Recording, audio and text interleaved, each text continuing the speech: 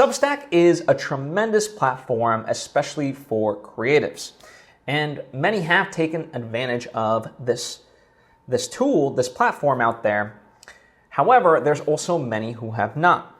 And so I wanted to highlight 10 benefits of Substack for any creative out there.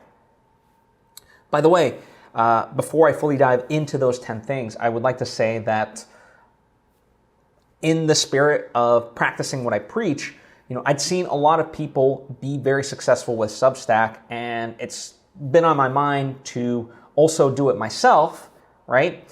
And finally, I was like, all right, now's the right time. I feel like I know enough about it. I've observed how the platform operates, and now I can bring something of value rather than just jumping on a trend, right? So if you're interested in that, philsvitek.com/substack.com. I've linked to it in the description so you can check that out. And I'm excited for it, because it's another way to share lessons this particular way in a written form. So I'm really excited by it. But let's talk about you and what you can get from this platform. Number one, monetization opportunities.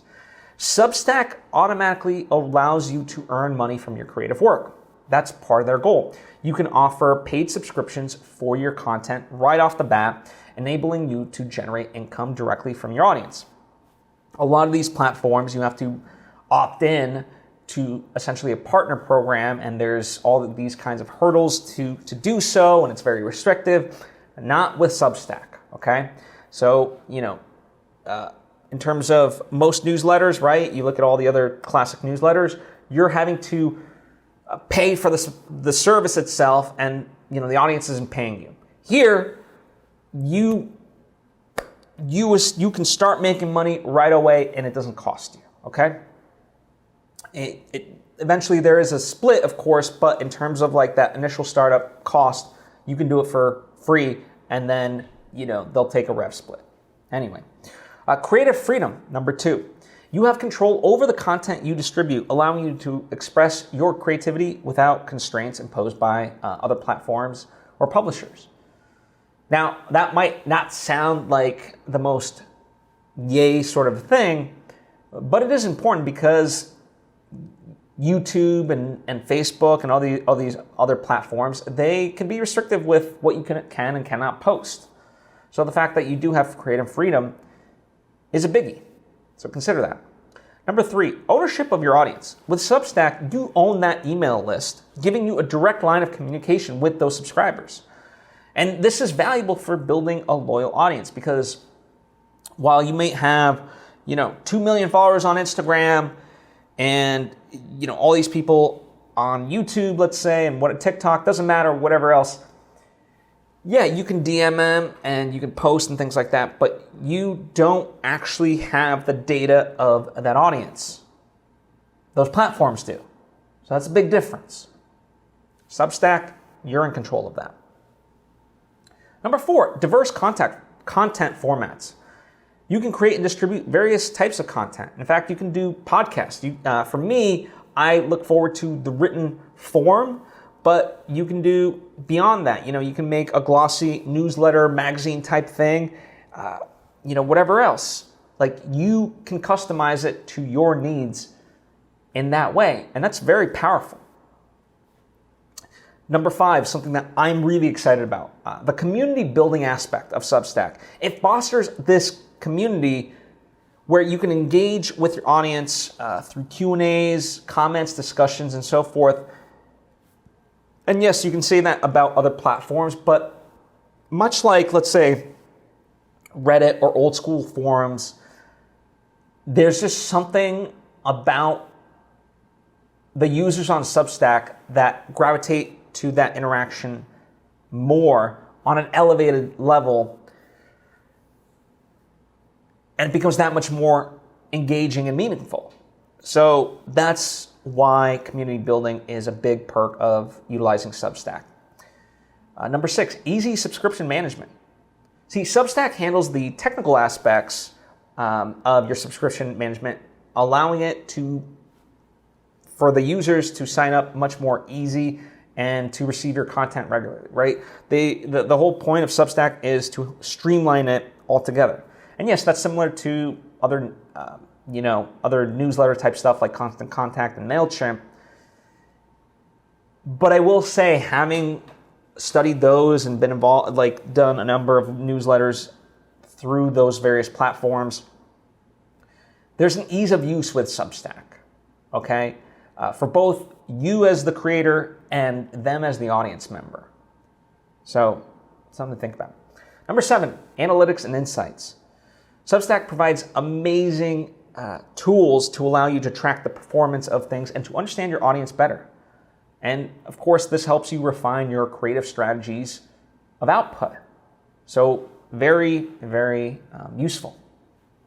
Number 8, unlike other social media platforms, there are no ads or algorithms to interrupt the interface.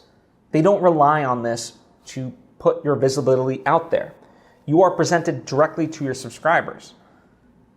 And not only that, people can find you much easier, right? So in a traditional newsletter, I have to go to someone's website or stumble upon it some way and sign up.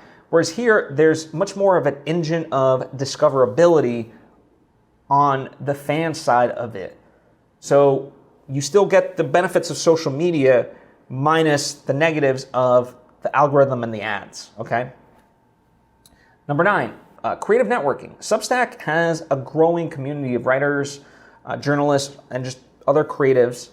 And so it's a chance to collaborate and, if nothing else, connect with like-minded people to uplift each other and see what everyone else is up to, be inspired, gain knowledge, share information, all that good stuff. So another big reason it's both a newsletter platform, but also a social media aspect to it too. Like, it's the best of both worlds in that capacity.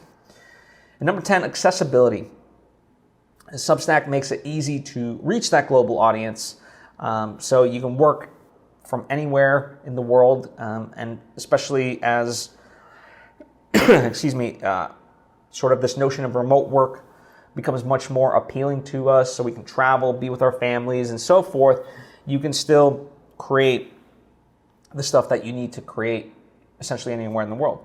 And yes, that's something that is applicable to many of these platforms, but